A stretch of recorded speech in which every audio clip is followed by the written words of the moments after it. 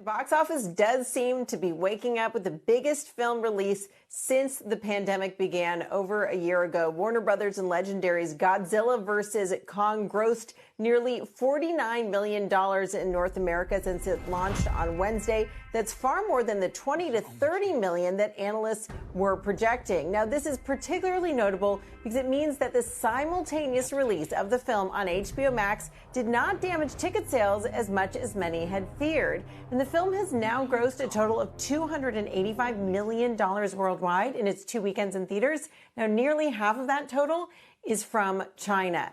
Now, this isn't just good news for AT&T and Legendary, but also, of course, for the theater chains.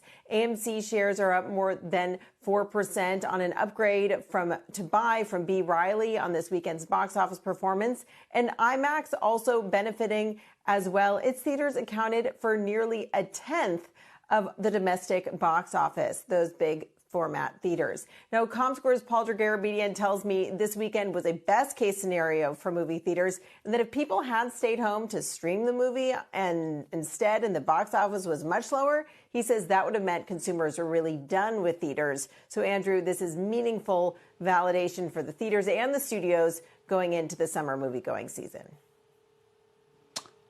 Before you go, what does the success of this movie mean for the future of releasing films simultaneously, though, in theaters and on streaming services? Is that window ever gonna go back to being the size it used to be?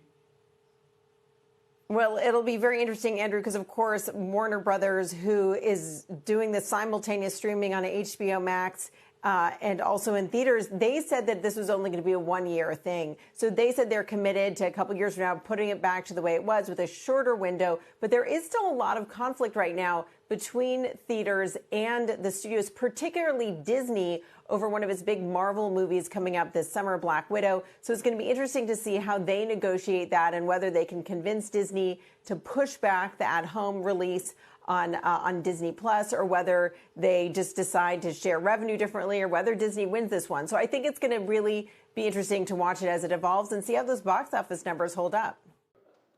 Shepard Smith here. Thanks for watching CNBC on YouTube.